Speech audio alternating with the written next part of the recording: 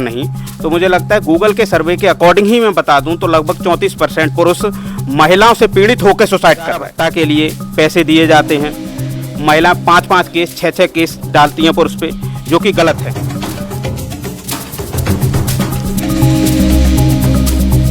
नमस्कार दोस्तों, मैं विष्णु सिंह, आप देख रहे हैं खबर आसपास। इस समय महिलाओं को लेकर तो देश में बहुत सारे कानून हैं, लेकिन पुरुषों को लेकर अभी भी संविधान में कोई भी कानून नहीं निर्धारित किया गया, जिसको लेकर लगातार पुरुषों का शोषण होता है। मैं advocate Vikas Sharma, Delhi supreme court of India में प्रैक्टिसिंग एडवोकेट हूँ। मैं पुरुष के कानून को लेकर या पुरुषों के अधिकार को लेकर क्या कहना चाहिए? मैं ये कहना चाहूँगा कि आज के समय में जिस तरीके से आत्महत्याएं पुरुष कर रहे हैं, तो उस मुद्दे को लेके हमें आगे बढ़ाना चाहिए, क्योंकि बहुत ऐसे बच्चे हैं जिनके माता पिता बुजुर्ग हैं और वो आत्महत्या कर लेते हैं, उनके पास कोई सहारा नहीं होता। पीड़ित हो रहे हैं बहुत ज़्यादा पुरुष, जिससे कि मुझे लगता है कहीं ना कहीं देश में पुरुष आयोग की ज़रूरत है और एक समान कानून होना चाहिए, जो कि देश में नहीं है। महिलाओं की सुनवाई के लिए सारे NGO और गवर्नमेंट भी बात करती है, लेकिन पुरुष आयोग के लिए कोई भी बात नहीं करता। पुरुष पीड़ित है, इस बात पे भी कोई चर्चा नहीं करता। आज के समय में देख रहे हैं आप लगातार कि आत्महत्याएं बढ़ रही हैं, और एक गूगल के सर्वे लोग ज़्यादा सोशल मीडिया पर बहुत ज़्यादा देखते हैं कि क्या चल रहा है क्या नहीं, तो मुझे लगता है गूगल के सर्वे के अकॉर्डिंग ही मैं बता दूं तो लगभग 34% पुरुष महिलाओं से पीड़ित होकर सुसाइड कर रहा है, 34%। और 2021 के सर्वे के अकॉर्डिंग 1,18,000 पुरुष ने आत्महत्या करी है।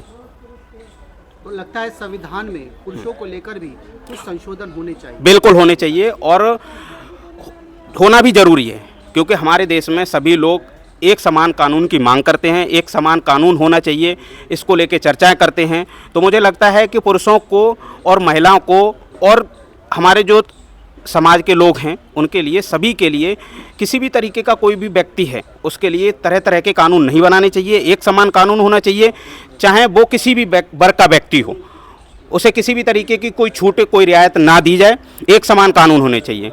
आज मैं खुद एक अधिवक्ता हूँ, मैं अधिवक्ता होने के नाते मैं देखता हूँ कोर्ट में कि महिलाओं के लिए भाई गुजारा भत्ता के लिए पैसे दिए जाते हैं, महिला 5-5 केस 6-6 केस डालती हैं पुरुष पे, जो कि गलत है।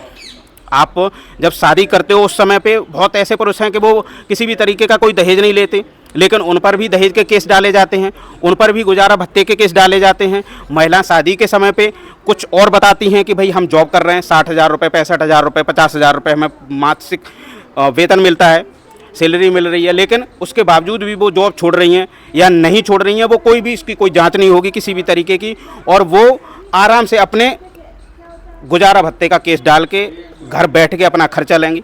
अब पुरुष उस सिचुएशंस में क्या करे? एक 20,000 कमाने वाला व्यक्ति या 50,000 रुपये कमाने वाला व्यक्ति, उसके पीछे परिवार भी है। भाई लोगों ने अपने घर बेच के, अपना खेत बेच के, अपनी ज़मीन जो कुछ सारा कुछ बेच के तब बच्चे को पढ़ाते हैं आज के समय में। क्या ऐसा होता है कि भाई पुरुष को ही सारी चीज़ें फैसिलिटी है? नहीं। आज के समय में सभी को समान कानून होनी चाहिए, सभी के समान अधिकार होने चाहिए, जो कि भारत के संविधान के अकॉर्डिंग ही माना जाए। पॉलिटिकल पार्टियां, राजनीतिक पार्टियां जो कर रही हैं कि विपक्ष में मुद्दों को, इस तरीके के मुद्दों को नहीं उठाती हैं। अगर किसी महिला पर किसी भी तरीके का कोई अत्याचार हो जाए, किसी भी वर्ग के व्यक्ति पर, मैं कहूँ तो दलित समाज पर अत्याचार हो, तो उसको एक बढ़ोतरी दी जाती है, लेकिन जो पुरुष आत्महत्या कर रहा है उस पर किसी भी तरीके की कोई चर्चा नहीं की जाती है। ऐसा क्यों? क्योंकि उन्हें पता है कि सरकार में जो फंड आना है या राजनीतिक पार्टियों में जो फंड आना है वो महिलाओं के लिए खुले हुए NGO के माध्यम से आना है। विदेशी संस्थाएं बहुत सारी ऐसी हैं जो महिलाओं के लिए कानून बनाए गए अधिकारों का यूज कर रही हैं, फंड ले रही हैं, करोड़ों में फंड आ रहे हैं, पर पुरुष आयोग के लिए कोई भी किसी भी तरीके की मांग नहीं करता है। मैं अभी थोड़े दिन पहले ये चीज़ें देख रहा हूँ कि अभी देखो अतुल सुभाष का मामला, या पुनीत खुराना का मामला, या फिर ऋषि त्रिवेदी का मामला, या नितिन पाटियार का मामला। क्या इन पुरुषों ने कोई गुनाह किए थे? इनके गुनाह सिर्फ इतने थे कि इन्होंने महिलाओं से शादी करी। क्या शादी करना गुनाह है? अगर यही कानून एक समान होता तो क्या उन बच्चों को या उन पुरुषों को आत्महत्या करने की ज़रूरत पड़ती? नहीं। तो इसलिए हमें लगता है कि समान कानून होना बहुत ज़रूरी है।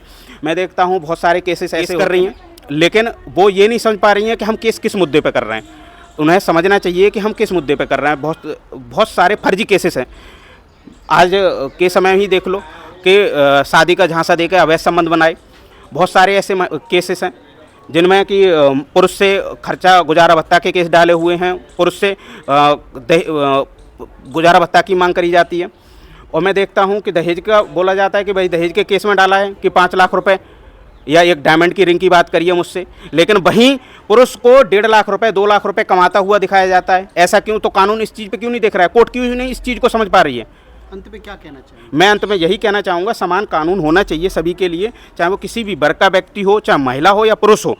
तो मेरी यही मांग है और माननीय प्रधानमंत्री जी से भी मैं यही कहूँगा, इस चीज़ पे संज्ञान लेके इस पे काम किया जाए। पुरुष आयोग को और समान कानून बनाने की मांग है। निश्चित रूप से जो कानून के जानकार है उन्होंने जिस तरह से ये पूरी तरह से क्लियर बताया है, निश्चित रूप से सोचने का विषय है। और हमारे समाज में जिस तरह की ये घटनाएं हो रही है, निश्चित रूप से पुरुषों के लिए ये सोचने का एक बहुत बड़ा विषय है। और उम्मीद करते हैं सरकार भी इस पर पहल करेगी और कुछ कानून पुरुषों को लेकर भी बनाए जाएंगे। इस तरह की खबरें हम आपको लगातार दिखाते रहते हैं। इसके लिए आप लगातार देखते रहे खबर आसपास। जय हिंद, जय भारत।